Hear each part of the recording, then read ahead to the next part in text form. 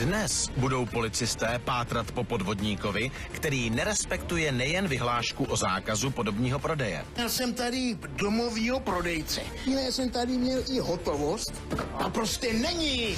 A poté vyrazí vyzvednout chycené zloděje v zahradním domku. Nám sem vlezli nějaký ploutkové, byli chaloupce, taky tam manžel zadržel, zamknul je tam.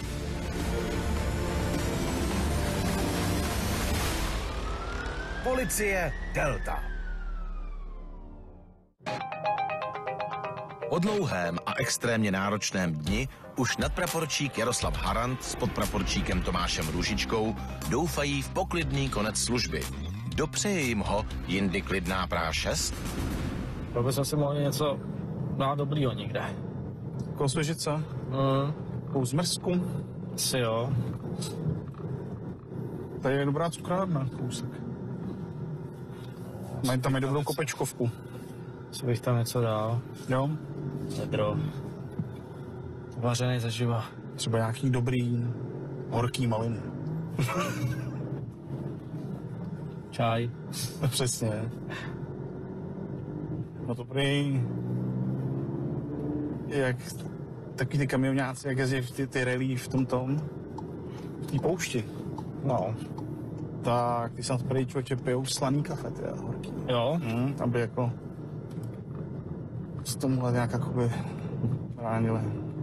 Delta 101, Delta 101, já Delta. Delta 101 napřímo. Jindy klidná Praha 6 dnes nabízí nepříjemné vzrušení. Někde tu prý řádí podobní prodejce, který právě jistému panu Trochtovi zmizel z bytu i s jeho životními úsporami. Ať rozumím, Renata Španělova. Už od roku 2011 platí na území Prahy zákaz podomního prodeje, takže se tady neznámý zloděj dopustil protiprávního jednání ještě předtím, než se fakticky stal zlodějem.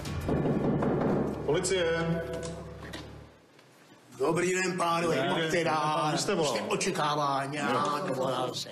To je neskutečné, co se dneska děje tady. Fakt jsem dneska...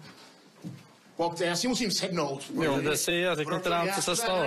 To si neumíte představit. Tak nám řekněte, co se stalo. No, měl jsem tady domovýho prodejce. Na první pohled to byl takový slušný člověk, seriózní naprosto, no. Mladý, já nevím, okolo 35. Tohle to mi prodal za 15 000.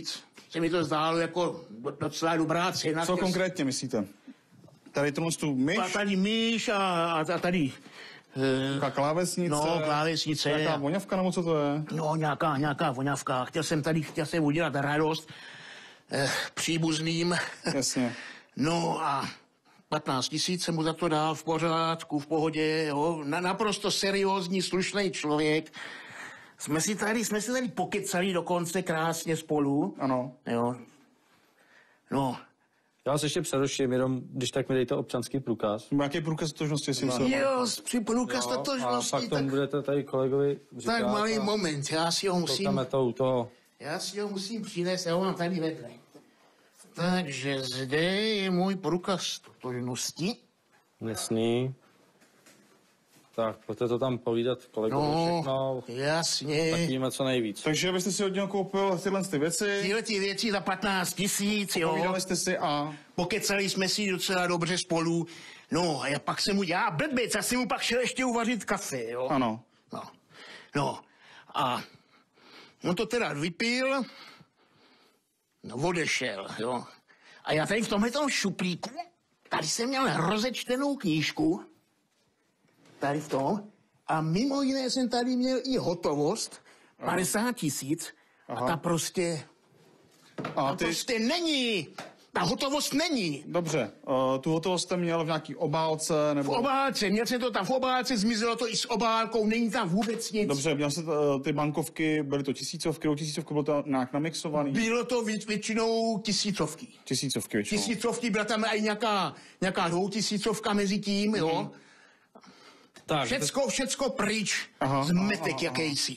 Teď se vás zeptám, vy, když jste si platil tyhle ty věci, když jste mu platil, tak jste tam šahal do toho šuplíku? Ano. Takže on to věděl. Takže on to viděl a to byl ten průšvih. Zeptám se, byl byste schopný nám dát nějaký popis osoby? No, věk okolo 35, štíhlej, měl plnovous, měl modrý sako a rifle. Modrý sako a rifle. No. Vlastně byli hnědý, nebo blondětý, nebo bílý? No, spíš hnědý, myslím. Hnědý, krátký, dlouhý. Takový kratší. Vousy měl třeba? Měl plnovous, měl i knír. Tak a vy jste s ním šel ven, anebo ještě je možný, že někde tady po baráku chodí, nevíte? No, on je všecko možný. Pouštěl jste ho ven? Já jsem ho byl akorát tady doprovodit, jo, od dveří do bytů. Ano, dál už jsem za ním samozřejmě nešel. Budete muset na místní oddělení. No tak to je mi samozřejmě. Nahlásit to, samozřejmě, to je jo. jasný. Tam se vás kolegové tomu vyslechnou a my se tady podíváme po okolí, jestli na toho pána, jo, co jste říkal, ten popis, jestli ho tady náhodou nikdy neuvidíme, no. Jo. A představoval se vám jakým jménem? No to je právě ono, to jsem právě to jeho jméno zapomněl. Zapomněl jste. No. Dobrý, kdybyste se náhodou vzpomněl, jak říkal určitě. Kolega, určitě na místním oddělení. Určitě se zastaví. Dělejte mi ještě jakoby větší informace, jakoby, jo. My si teď s kolegou bohužel tady s tom na místě moc jakoby nenaděláme. Nicméně máme tady v okolí kamery, operační už o tom ví, budeme doufat, že se nám ho podaří nějakým způsobem najít. No, to by bylo vynikající, jako. Takže my se s váma zatím loučíme. Tak jo, mějte se krásně, vám děkuju, pánové. A naschledanou. Naschledanou. Ale mrkneme ještě... Jdem se nahoru. No, asi půjdem tudy, ne? Jo, tady. Tady máš Jdem dolů. Tak jo, pojď. Obejít v domě pár bytů a poptat se u sousedů, jestli u nich podobný prodejce náhodou nebyl taky, by policistům opravdu hodně pomohlo, ale jako na potvoru jim nikdo neotvírá.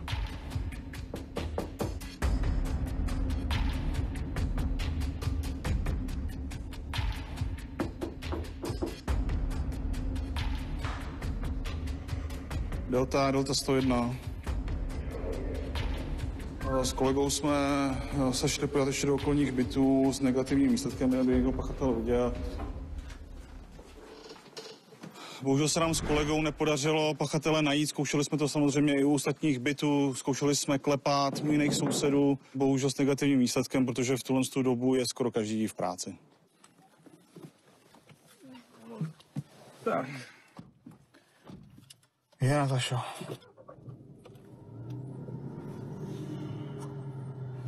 Delta 101, já Delta.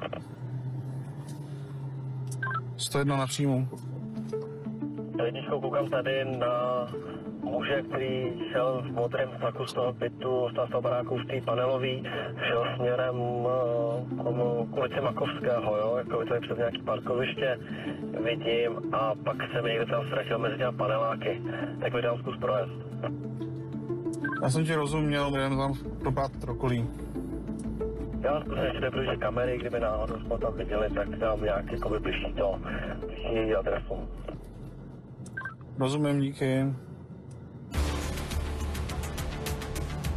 Sáčko.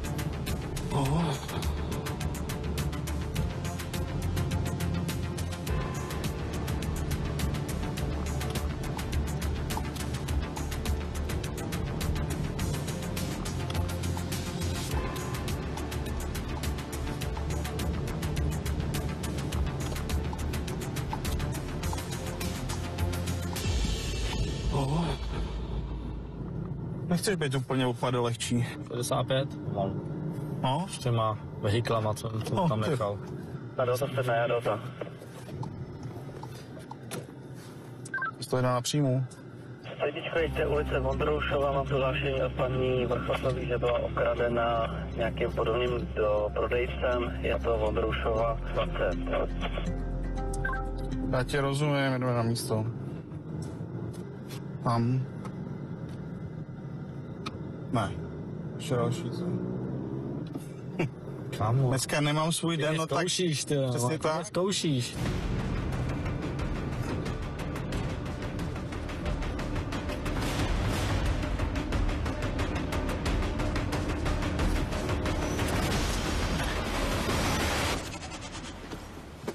Tak, zvonek Vrchotovi. Jo.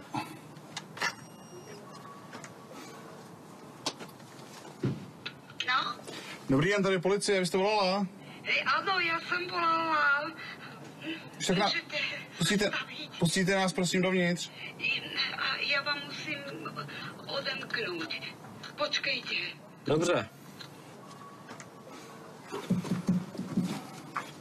Pokud jdeme na podobný případ, musíme samozřejmě vytěžit oznamovatelku, samozřejmě musíme zjistit popis dané osoby, jestli to byl muž, žena, co měl na sobě, nějaký propriety, které by nám pomohly, popřípadně zjistit, jestli je v budovách kamerový systém a to vše potom předat operační. Vzhledem tomu, co jsme dostali za informace, vypadá, že se jedná o stejného pachatele jako v předchozím případě. Dobrý den. Dobrý den. Omlouvám se, já musela pěšky. Jste nemusela tak pospíchat. Mám v klidu, ať to s vámi neseknu, madam. Jo, pojďte, paní policajti, já jsem vám volala. Že by dnes v Řepích řádili dva podobní obchodníci, není úplně pravděpodobné. Policisté proto pracují s verzí, že se může jednat o stejnou osobu, která se podle všeho zaměřuje hlavně na seniory. Ježíš, pojďte, já vám ukážem. No, to je...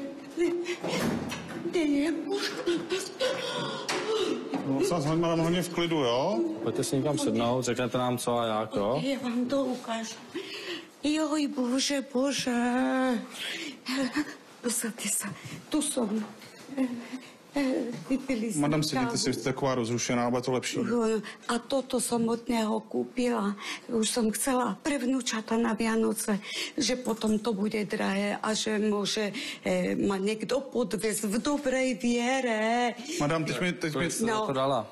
a odskočila som si na toaletu. Tu mám smlouvu, išla som. Za to som dala 38 000. Madam, zeptám se, jste mu platila hotově? Ano. Ano. Ty peníze jste měla někde tady? Ano, išla som si uklidit tu smlouvu a tu on viděl. Tady jste měla tu hotovost? Ano. A já som z tejto peněženky vybrala peniaze a zostalo mi tam ještě 40 000. Já šetrím z toho dôchodku a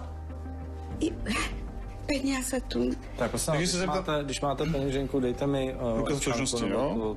Fotovosti. Ne, průkaz totožnosti nám dejte. Jo. Občanský průkaz nebo pás nebo něco jiného. Ještě, že ten, já se ospravedlňujem, ale já jsem z toho tak nešťastná. Joj, moje... Takže, jestli to dobře chápeme, tak muž vám tady prodal tyto věci za 30 000 a odcizil vám ještě hotovost. 38 000 a 40 000 jsem tu mala. Kolego, dejte tu občanku, Mal taky světlomodré sako, košelu a nějaké světlejší nohavice, slunečné okuliare mal. Měl krátký, dlouhý vlasy? Krátký, něco naspůsoboval ten účes. A vousy měl taky? Tuším, že má. A dám ten občanský průkaz. Jo. Klidu, nepospíchejte. Klidně si sedněte, vidíme, že jste rozrušená, tak potom nemusíme volat záchranku. Jak jsem mala. No, vidíte, já nemůžem ani tu občanku najít. Nebo nějaký doklad, kde máte jméno, příjmení a datum narození. Jo, já nevím, kam jsem ji položila. To nevadí, tak mi to... Jsem ji mala v ruce. Jste schopná nám nadiktovat jméno, příjmení a datum narození, madam?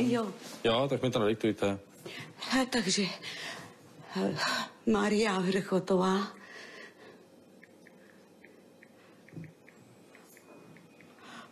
Tak datum narození? 18.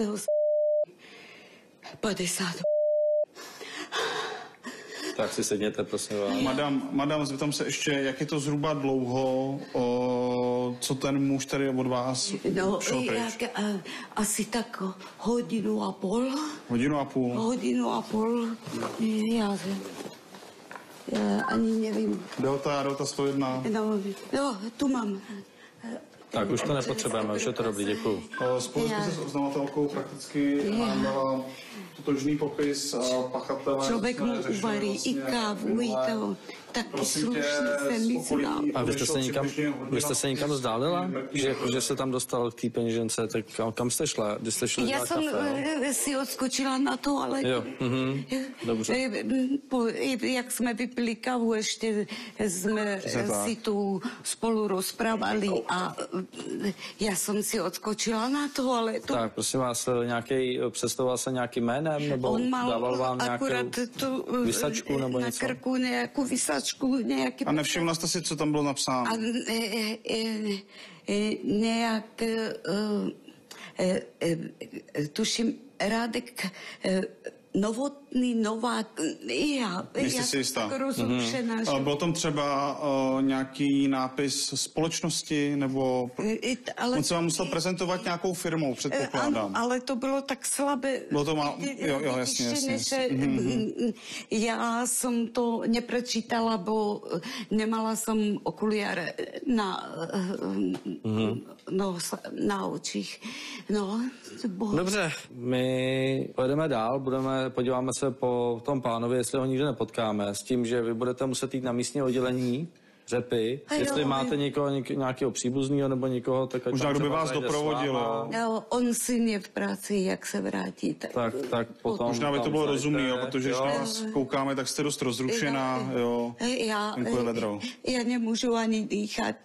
Člověk tak šetří. Ale to moc líto a chápeme vás, jo. Nejste první ani poslední, komu se to stalo, bohužel. Takže já vám děkujem. Počkejte na syna. Narobila jsem, mám starosti, ale vše. Tak zavolejte synovi, jestli může třeba přijít o chvilku dřív. Tak, bude to rozumnější. Abyste tam mohli zajet, jo? Mějte se hezky, naschledanou. Naschledanou. Ještě raz velmi pěkně děkuji. Takže policejní instinkt Delty 101 byl správný. Podle popisu paní Vrchotové se bez pochyb jednalo o stejného pachatele. A oba okradení se shodli i v tom, že muž nepůsobil podezřele, ale naopak slušně a sympaticky. Delta 101, já Delta. Delta 101, příjem. Jedničko, jsi do Šenkovny na Makovského, volala mi nějaká paní, tam viděla nejspíš toho podobného prodejce do té restaurace, že ho viděla na sociálních sítích fotku. Rozumím, Šenkovna, jedeme na místo. Tak by tady, že?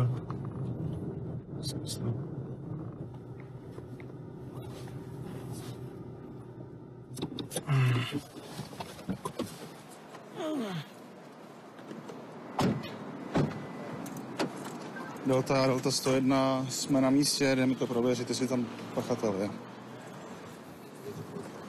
Ukážeš mi ještě tu jednou tu fotku? Jo, ještě než tam půjdem.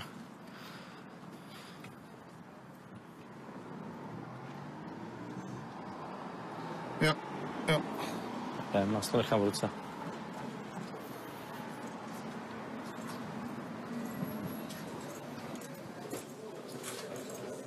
Jan.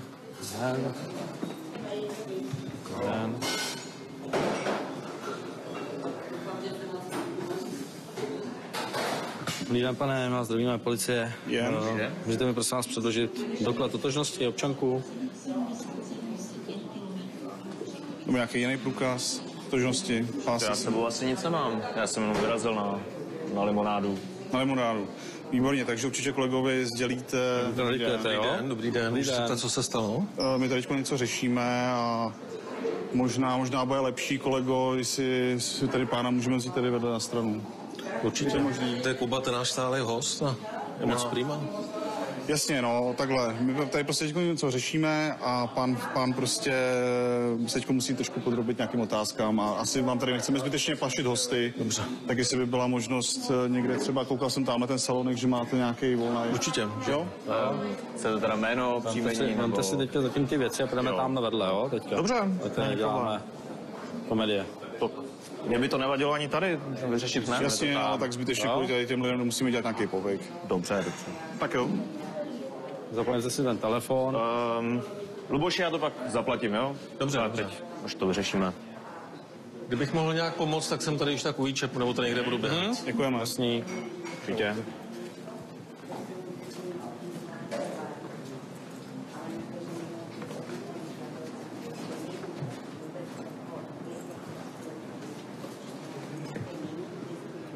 Tak, sedíte si klidně. Třeba tady. Nikam si dejte ty věci, nešát do kapes a ani do věcí, jo, zatím.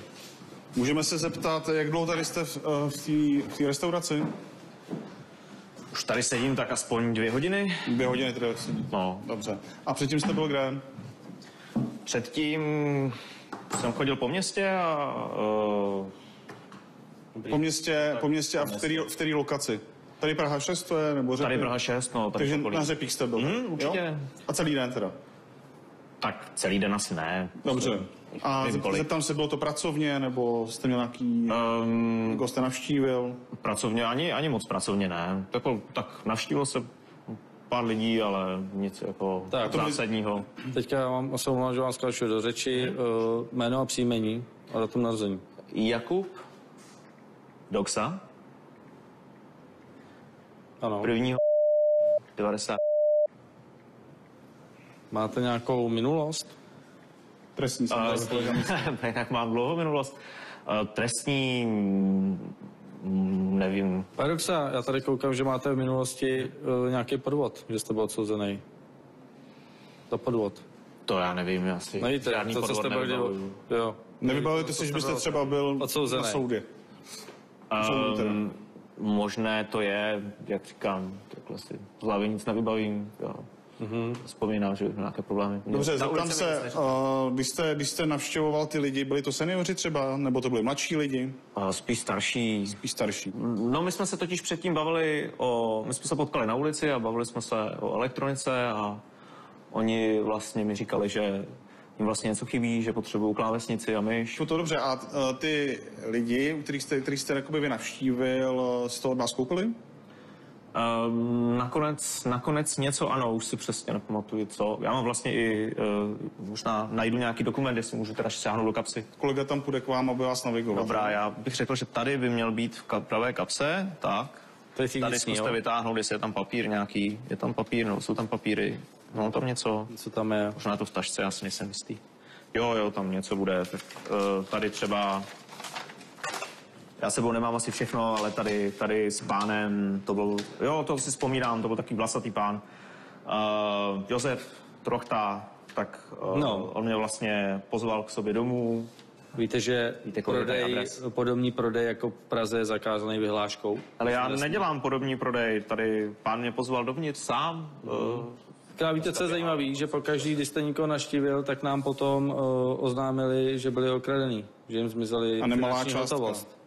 To je zvláštní, to opravdu je zvláštní a upřímně já to sám nemůžu vysvětlit. Takže teď to čestní prohlášení si dejte pomaličku do té kapsy. Tam si to dejte do té kapsy. A ten mobilní telefon tam dejte taky. Do kapsy to tam sem. Tak. Pomalu vstaňte. Dobře. Tamhle se nám opřete. Dejte si ruce nahoru, kolega u vás provede prohlídku na zbraň. Tak. Jo, ale opatrně, já jsem trošku lehký. Mají od sebe? Tak. Máte něco po kapsách někde? Určitě.